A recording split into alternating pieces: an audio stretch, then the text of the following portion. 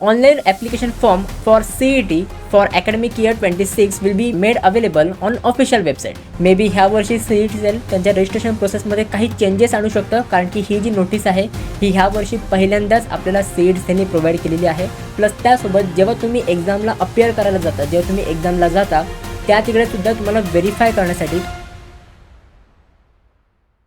So hi everyone, welcome back to another new video. So guys, जेवढी पण मुलं MST CET 2026ची exam देणार आहेत, तुम्हाला माहिती असेल की आता लवकरच आपले सीईटीचे रजिस्ट्रेशन प्रोसेस म्हणजे आपला ॲप्लिकेशन फॉर्म हा लवकरच रिलीज होणार आहे.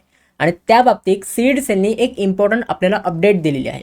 आता नक्की काय सीईटी सेलनी अपडेट दिली आहे ते लक्षात घ्या की 22 डिसेंबरला सीईटी सेलनी ही एक नोटीस डिक्लेअर केली आहे. आणि हे नोटीस कशाबद्दल आहे? इन्स्ट्रक्शन फॉर सीईटी 2026 रजिस्ट्रेशन, म्हणजे तुमच्या सीईटीच्या रजिस्ट्रेशनबद्दल काही इन्स्ट्रक्शन सीईटी सेलने प्रोव्हाइड केलेत. आता ह्याच्यामध्ये तुम्हाला काय सांगितलं आहे? The online application form for CET for academic year 26 will be made available on official website. म्हणजे सीईटीची जी ऑफिशियल वेबसाईट आहे तिथे तुम्हाला ॲप्लिकेशन फॉर्म हे अवेलेबल करून मिळतील. बट त्यासाठी CET cell intends to make Aadhaar and APAAR mandatory for all candidate registering for CET 2026. म्हणजे जर तुम्हाला सीईटी 2026च्या एक्झामला अपियर करायचं असेल, त्यासाठी तुम्हाला रजिस्टर करायचं असेल, तर तुम्हाला आधार आणि अपार आय डी हा तुम्हाला मॅन्डेटरी केलेला आहे. आता काय आहे ते सगळं आपल्याला स्टेप बाय स्टेप प्रोव्हाइड केलेलं आहे. खाली आपल्याला पूर्ण सीईटी सेलनी काय सांगितलं आहे की सगळ्यात पहिले तुमचं आधार कार्ड तुमच्याकडे असलं पाहिजे. आता तुमच्याकडे सगळ्यांकडेच आधार कार्ड हे असेलच, बट ते सगळं अपडेटेड असलं पाहिजे. त्यांनी काय सांगितलं आहे की candidate must verify and update the following details in their Aadhaar. तुमच्या आधार कार्डमध्ये हे काही डिटेल्स आहेत हे तुम्हाला अपडेट करायचं आहे. सगळ्यात पहिले तुमचा नेम, जर तुमच्या नावामध्ये तुमच्या नेममध्ये काही मिस्टेक असेल तुमच्या आधार कार्डवरती तर ते तुम्हाला करेक्ट करायचं आहे. त्याच्यानंतर date of birth as per class 10th certificate, तुमच्या 10वीच्या सर्टिफिकेटवर जशी तुमची डेट ऑफ बर्थ होती तशी तुमच्या आधार कार्डवरती असली पाहिजे. त्याच्यानंतर लेटेस्ट फोटोग्राफ, तुमचा फोटोग्राफ पण तुमचा लेटेस्ट पाहिजे, ठीक आहे. त्याच्यानंतर तुमचा ॲड्रेस, फादर्स नेम आणि त्याच्यानंतर मोबाईल नंबर लिंक टू आधार, म्हणजे तुमचा ॲड्रेस पण इथे अपडेटेड पाहिजे. त्याच्यानंतर तुमच्या आधार कार्डवर लेटेस्ट फोटोग्राफ पण पाहिजे. भरपूर मुलांच्या आधार कार्डवर लहानपणीचा फोटोग्राफ असतो, तर हा तुम्हाला अपडेट करायचा आहे आणि तुमचा लेटेस्ट फोटोग्राफ तुम्हाला अपडेट करून घ्यायचा आहे. तुमच्या फादर नेममध्ये काही मिस्टेक असेल तर ते सुद्धा तुम्हाला करेक्ट करून घ्यायचं आहे. ॲज वेल ॲज तुमचा जो मोबाईल नंबर आहे हा पण तुम्हाला तुमच्या आधार कार्डसोबत लिंक करून ठेवायचा आहे. मे बी ह्या वर्षी सीईटी सेल त्यांच्या रजिस्ट्रेशन प्रोसेसमध्ये काही चेंजेस आणू शकतं, कारण की ही जी नोटीस आहे ही ह्या वर्षी पहिल्यांदाच आपल्याला सीईटी सेलने प्रोव्हाइड केलेली आहे आणि एवढे सगळे इन्स्ट्रक्शनसुद्धा पहिल्यांदा प्रोव्हाइड केलेले आहेत. तर सगळ्यात पहिले तुमचं आधार कार्ड हे तुम्हाला अपडेट करून घ्यायचं आहे, कारण की तुमचं आधार कार्ड तुमचा ॲप्लिकेशन फॉर्म भरताना तर लागतंच. प्लस त्यासोबत जेव्हा तुम्ही एक्झामला अपियर करायला जाता, जेव्हा तुम्ही एक्झामला जाता त्या तिकडे सुद्धा तुम्हाला व्हेरीफाय करण्यासाठी तुम्हाला आधार कार्ड घेऊन जावं लागतं. तर त्याच्यामुळे आधार कार्ड हे अपडेट असलेलं पाहिजे. त्याच्यानंतर अपार आय डी, ठीक आहे, automated permanent academic account registry. तर हे तुम्हाला काय सांगितलं आहे? All prospective candidate applying for CETs are advised to generate their APAAR I D. तुम्हाला अपार आय डी जनरेट करायला सांगितलेलं आहे, कारण की हे तुमच्या रजिस्ट्रेशन प्रोसेसमध्ये हे रिक्वायर्ड असणार आहे. सो अपार आय डीसुद्धा ह्या वर्षी मे बी तुम्हाला आता रजिस्ट्रेशन करताना रिक्वायर्ड असणार आहे. तर तुम्ही आत्ताच सगळं ते जनरेट करून घ्या. कसं जनरेट करायचं, काय करायचं? सिम्पली तुम्ही यूट्यूबवर सर्च करायचं आहे की हाऊ टू जनरेट अपार आय डी. तर हे सगळं तुम्हाला स्टेप बाय स्टेप बघायला मिळेल. भरपूर लोकांची व्हिडिओज आहेत जे तुम्हाला अपार आय डीवर बघायला मिळतील, ठीक आहे.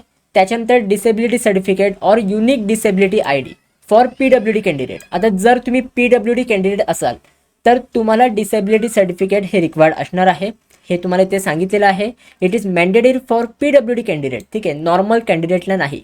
जेवढी पण फिजिकली डिसेबल कॅन्डिडेट आहेत तर तुम्हाला इकडे डिसेबिलिटी सर्टिफिकेट हे असलेलं पाहिजे, किंवा तुमचा UDID हा जो कार्ड आहे इफ अवेलेबल हे तुम्हाला रिक्वायर्ड असणार आहे, ठीक आहे. PWD candidates are further advise to obtain UDID as it may be required during CAP admission process. म्हणजे तुमची कॅप राऊंड प्रोसेस असते, एक ॲडमिशन प्रोसेस असते, तर त्यावेळी तुमचा UDID हा तुम्हाला हे तुम्हाला कार्ड रिक्वायर्ड असणार आहे. तर हे सगळं तुम्हाला लक्षात घ्यायचं आहे, कारण की हे तुम्हाला आत्ता पण रिक्वायर्ड असेल, बट इन फ्युचर ॲडमिशन प्रोसेसच्या वेळी पण तुमचं रिक्वायर्ड असणार आहे. त्याच्यानंतर खाली अजून दिलेलं आहे scribe details for PWD candidate in case of eligible disabilities. म्हणजे जर तुमचा स्क्राईब रिक्वायर्ड असेल तर तुमचे स्क्राईब डिटेल्स पण इथे तुम्हाला अपलोड करावे लागणार आहेत. PWD candidates who are eligible to opt for scribes must submit details of 2 scribe. Minimum 2 स्क्राईबचे तुम्हाला डिटेल्स सबमिट करायचं आहे. At the time of online application, online जेव्हा तुम्ही ॲप्लिकेशन फॉर्म भराल तर त्यावेळी 2 स्क्राईबचे डिटेल्स तुम्हाला सबमिट करायचे आहेत. The following details are to be provide for each scribe. प्रत्येक स्क्राईबचे हे जे डिटेल्स आहेत जसे की name, Aadhaar, recent photograph, bonafide certificate issued by institution, highest qualification certificate, तर हे सगळं स्क्राईबचं रिक्वायर्ड असणार आहे. तर हे काही डिटेल्स आहेत जे सीड्स त्यांनी तुम्हाला प्रोव्हाइड केलेले आहेत. हे इन्स्ट्रक्शन आहेत जे की तुम्हाला फॉलो करायचे आहेत आणि येत्या रजिस्ट्रेशन प्रोसेसमध्ये हे सगळे तुमचे रिक्वायर्ड असणार आहेत. ओके, तर हे सगळे तुम्हाला डिटेल्स दिलेले आहेत. आता ह्याच्यामध्ये तुमचं रजिस्ट्रेशन प्रोसेस, तुमचे ॲप्लिकेशन फॉर्म फिलिंग कधी सुरू होणार ह्याबद्दल तर काही मेन्शन नाही केलं आहे, बट इथे क्लिअरली ते मेन्शन केलं आहे की लवकरच तुमची रजिस्ट्रेशन प्रोसेस सुरू होणार आहे. म्हणजे आपण एक्सपेक्ट करू शकतो की 31 डिसेंबरच्या पहिले तुमच्या रजिस्ट्रेशनबाबत काही ना काहीतरी नोटीस येऊ शकते. जेव्हा पण तुमची ही नोटीस येईल मी नक्की तुम्हाला सांगेन. तर त्यासाठी चॅनलसोबत कनेक्टेड राहा, सबस्क्राईब करून ठेवा. जेव्हा पण रजिस्ट्रेशन प्रोसेस सुरू होईल मी नक्की तुम्हाला अपडेट करेन आणि ॲप्लिकेशन फॉर्म कसा फिलअप करायचा आहे तेही सगळं तुम्हाला मी ह्या व्हिडिओमध्ये येत्या व्हिडिओमध्ये सांगणार आहे. ॲज वेल ॲज आपला टेलिग्राम ग्रुप आहे तर तो सुद्धा तुम्ही जॉईन करून ठेवा. आणि जेवढे पण इम्पॉर्टंट PDF वगैरे आहेत हे सगळे मी तुम्हाला टेलिग्राम ग्रुपवर प्रोव्हाइड करत असतो. तर त्याच्यामुळे टेलिग्राम ग्रुप जॉईन करा. त्याच्यामध्ये मी तुम्हाला आत्तापासून ते ॲडमिशन तुमचं कंप्लीट होईपर्यंत मी तुम्हाला पूर्ण अपडेट्स तिकडे प्रोव्हाइड करणार आहे. सो टेलिग्रामची लिंक मी तुम्हाला डिस्क्रिप्शन बॉक्समध्ये प्रोव्हाइड केलेली आहे. ॲज वेल ॲज मला इंस्टाग्रामवर सुद्धा तुम्ही नक्की फॉलो करा, कारण की इंस्टाग्रामवर सुद्धा मी तुम्हाला 1 मिनिटमध्ये इन्फॉर्मेटिव्ह कंटेंट मी तुम्हाला प्रोव्हाइड करत असतो.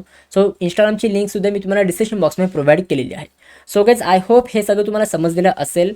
So guys that's it for video. कशी वाटली तुम्हाला ही व्हिडिओ? आवडली असेल तर नक्की लाईक करा, शेअर करा, सबस्क्राईब करा. भेटू मग पुढच्या व्हिडिओमध्ये. तोपर्यंत बाबा, सी या अँड